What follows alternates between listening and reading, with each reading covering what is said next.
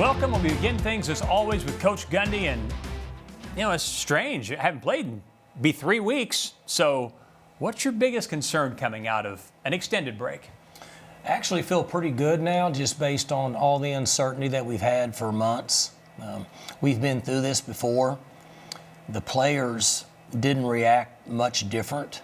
I thought that we would see a different reaction from them, but they were okay with it. I think they're just somewhat conditioned with what's going on with the virus.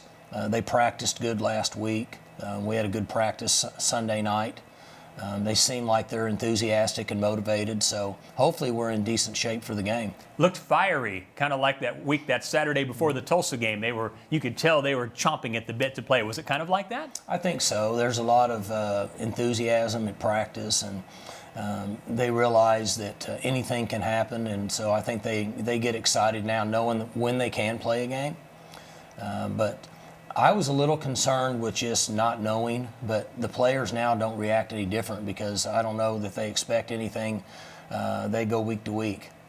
Iowa State is your opponent. They started the year by losing at home to Louisiana, but since they've beaten the likes of TCU, Oklahoma, Texas Tech. What's been the big change with them week one compared to where they are now? They didn't even look like themselves in week one for whatever reason. I'm not in their camp, but they didn't look like what Iowa State's played like the last 2 or 3 years. They've come around now. They're back to their fundamentals on defense and offense and what they believe in. And they gave up, I think, 2 scores in that first game in special teams. Obviously, a big difference. You give up 2 scores in special teams, hard to win. But they're playing really good football right now. They're definitely a top 20 team in my opinion. They're a sound team. I don't know what they're ranked, but I know that when I watch them, they got a potential future NFL quarterback. Running backs playing well. They block well up front. They're very gap sound and responsible on defense. So they're a good football team. So what do you think has been the biggest key to Matt Campbell's success there? They've had probably the best run they've had in their program's history. Why do you think that's been the case? Well, they're getting good quarterback play the last few years, which is important with every team. Defensively, they limit big plays. I think offenses in this league get impatient and force plays into their hand based on the structure and schemes that they've gone to defensively over the last 2 or 3 years. And they had a plan. They play a lot like what Coach Schneider did at Kansas State. They recruit to a certain philosophy, in my opinion. Again, I'm just an outsider looking in. They play with tight ends a lot. You don't see that in this league. So preparation for them can be a little difficult. They want to play with big receivers. They've had guys that have played for them that are 6'4", 6'5". Maybe they're a step slow, maybe they're 4'6", 4'7", but their height and leverage gives them an advantage. They play to that. And then they hit on some guys. They had the young man, his name slips my mind, but he's playing in the pros now, a wideout. I think he plays for Green Bay. Yeah. And he was, a guy that they recruited in there, and then his speed picked up, and now you got a really good player. So I think they stay in their box. They say, this is what we do, this is who we are. We're going to try to out-execute you. And they've been good in special teams. So, to summarize it, you get good quarterback play. You don't beat yourself. They're a 44-yard a game from a penalty standpoint. They're going to try to steal some yards in special teams, steal some yards from you penalty-wise, and then play sound football. Stay with us. Jessica Morey sits down with soccer coach Colin Carmichael when we return after these messages.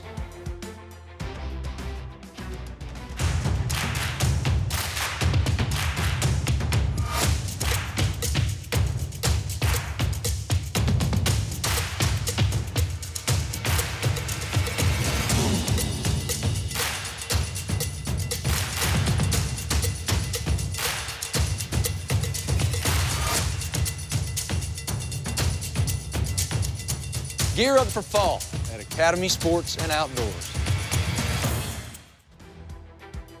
It's time for Ask the Coach, presented by Academy Sports and Outdoors. Coach Gundy, if you weren't a football coach, what career do you think you would have pursued? Kayla, if I was not a football coach, it looks like farming would be my option. I love being outside, don't like being in an office contained. Something outside would have started with farming would be my guess.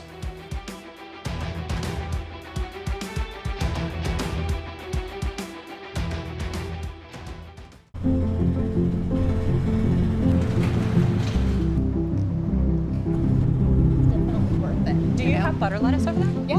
Okay. All right. All right. Thank you so much. You bet.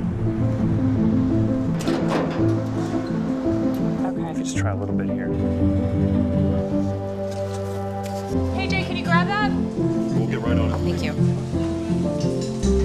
I know how much you guys love tomatoes, so I have stories to tell you about these tomatoes.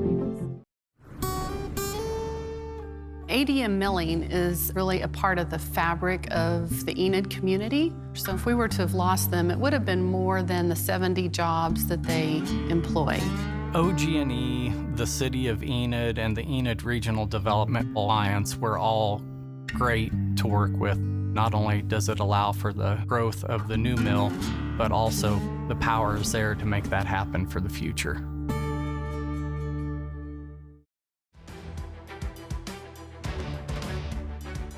Welcome back. I'm Jessica Morey, joined by Oklahoma State women's soccer coach Colin Carmichael. Coach, you guys have coming off of a tough stretch. Started out the season really hot and now have back-to-back losses for the first time since 2018. What has happened to the team?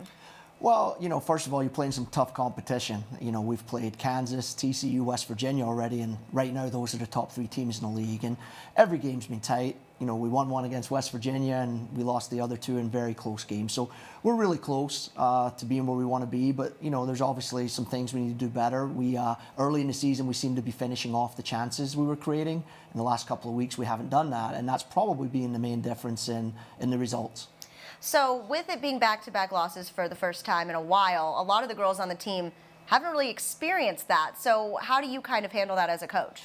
Yeah, it's a fine line. We want to correct and we want to make sure we're doing some things better, but at the same time, we want to make sure our kids still believe. And we got a tough bunch of kids, and I think that they will bounce back. The coaches still believe we're very good, and we just need maybe a little break here and there to get over the hump. But I think it's about a balance between trying to get better in certain areas, but also letting the kids know, look, you're doing a lot of great things, and we'll get the break we need. And you're playing these ranked teams early on in the season, you could say, the first half of the season. How does that help you moving forward and looking ahead to the tournament? Yeah, like I said, we've played some really tough teams, and we feel like we're right there with them. And I wouldn't say the schedule lightens up necessarily, but maybe on paper it does a little bit.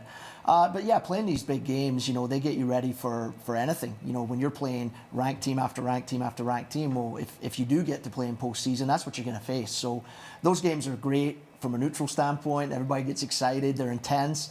And as a coach, you just know that your team's going to be better for playing those games, and hopefully we'll show that on Friday. And speaking of big games, you got another one coming up this Friday against Texas, 6 o'clock on ESPNU. So a big televised game for you guys. You had a capacity crowd at the last home game. What are you expecting from the crowd this week? Yeah, the crowd's been fantastic all season. I think obviously it's limited capacity due to the COVID rules. But it hasn't seemed like it. When we're down on the field, that intensity and that atmosphere has been awesome. So we just encourage everybody to come out. The girls need a little bit of a boost, and their support could put us over the top. Texas are a great team. We always have great games with them, and historically we've done very well against Texas. So we're excited for a big national TV game. And speaking of Texas, what is it going to take for you guys to get the win? What did they do well that you guys kind of need to key in on? Yeah, they've got some special individual players. They've got Barg and they've got Grosso, who are special. They've got a freshman named Presley Eccles, good player. So they're talented for sure. But for us, I think it's really about focusing on our shape, what we try to do, and then, like I said, just continuing to believe that they can score goals, because as an attacking kid, when you don't score for a couple games, you start questioning yourself. So it's our job to make sure our kids go in a good frame of mind, and we'll be ready for Friday. And you mentioned after the Kansas game that you thought teams might have kind of figured out how you guys have played. How do you adjust so you can kind of keep them on their toes? Well, I think that's very true. I think for a couple of years we played a shape that teams had a hard time figuring out, but good coaches start making adjustments. So we feel like we as a coach, you have two options. You can change your shape or change personnel. So we did a little bit of both on Friday at Kansas, and we might do a little bit more on this Friday against Texas. Awesome. Well, good luck this weekend, Coach. Thank you. Stick with us. Coming up after the break, we will take a look at Oklahoma State men's and women's cross country, and we'll also get to know our kicker, Alex Hale.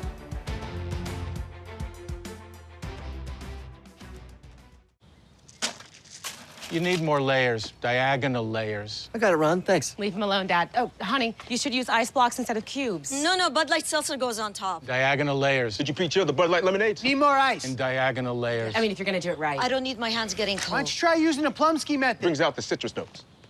Dad? Gotta crush the ice, son. Okay, I'm out. What's his problem? Whenever packing the cooler really matters, there's a Bud Light there.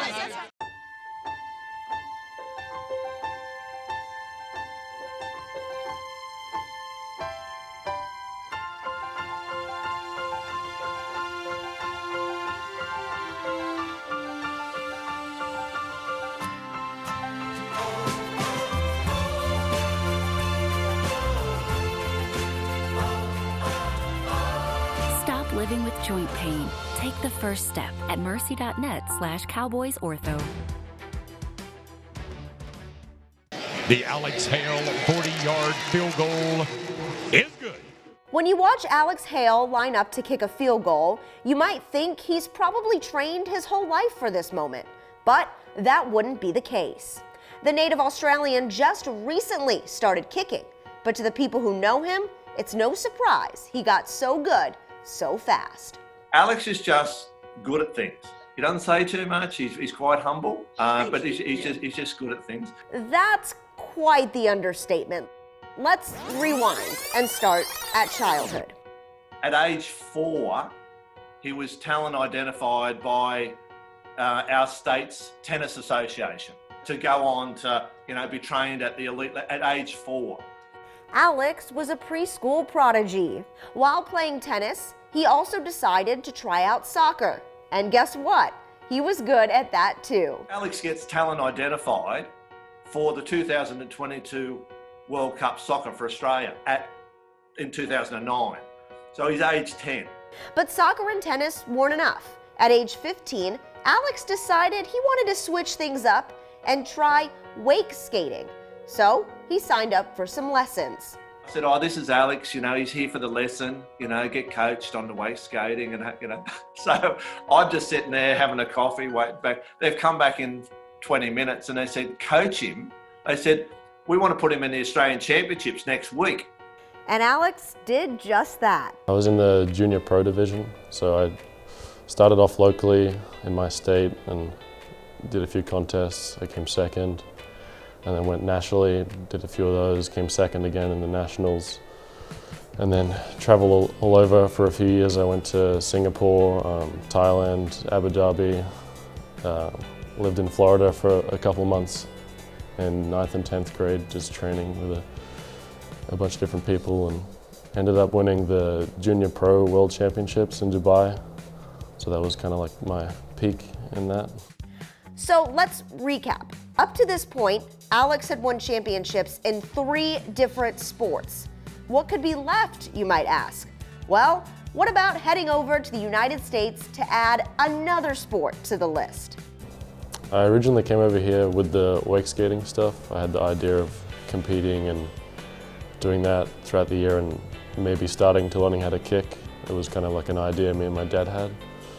And once the wake skating stuff kind of died down, I took it a little more seriously and got with my coach in San Diego and trained Monday to Friday as much as I could and just kept kicking and it kind of went from there. So how did Alex land in Stillwater, Oklahoma? Well, it all started on a visit to Michigan. Alex received a text while on his visit, and he and his family decided to head straight to OSU from Ann Arbor. So we said, let's go down to OSU and have a look. So we flew into Oklahoma and then drove right out through all these cow paddocks and country and thinking, where are we going? Because we got off at Detroit and straight to Ann Arbor, And anyway, I didn't say anything. I thought, But then when we get into this Oasis Stillwater, you go, wait a second, look at this, you know? And then they took us through the facilities. Wonderful. It just felt really comfortable here. Just a comfortable place. I like the facilities, the way of living. It's a lot more relaxed. It just felt like a comfortable place to call home for a few years. Alex became the Cowboys' starting kicker this season as a redshirt sophomore, and he's 8 for 8 through 3 games so far this year. And the kick is good. Alex Hale is off to a fantastic start as the Cowboy place kicker. He made the first field goal of his entire kicking career in the season opener against Tulsa. And the first points of 2020 come off the right foot of Australian Alex Hale. Confirmation, just relief almost, but just like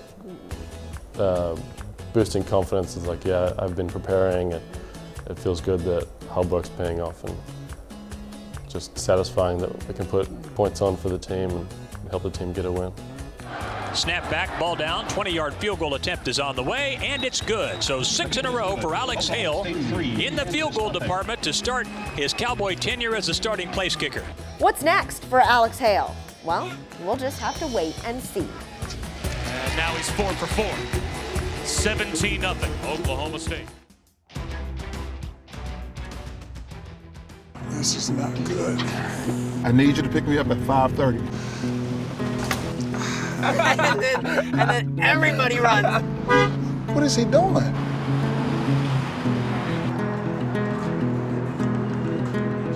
You missed the spot. This college application, I gotta get all my references. It's just a lot. I can get used to having my own chauffeur. Oh, yeah? No texting. All right. Watch out for dogs. I got it, I know. Don't let Trevor drive.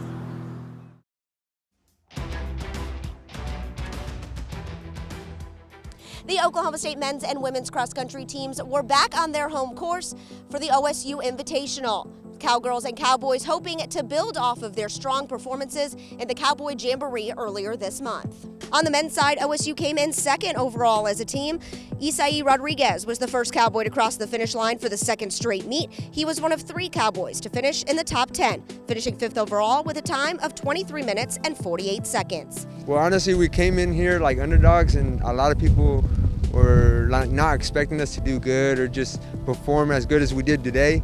So just gives us confidence that we can compete with the national teams and the teams that have won national titles the past year. So it just gives us confidence that we're as good as them and we can compete with them too.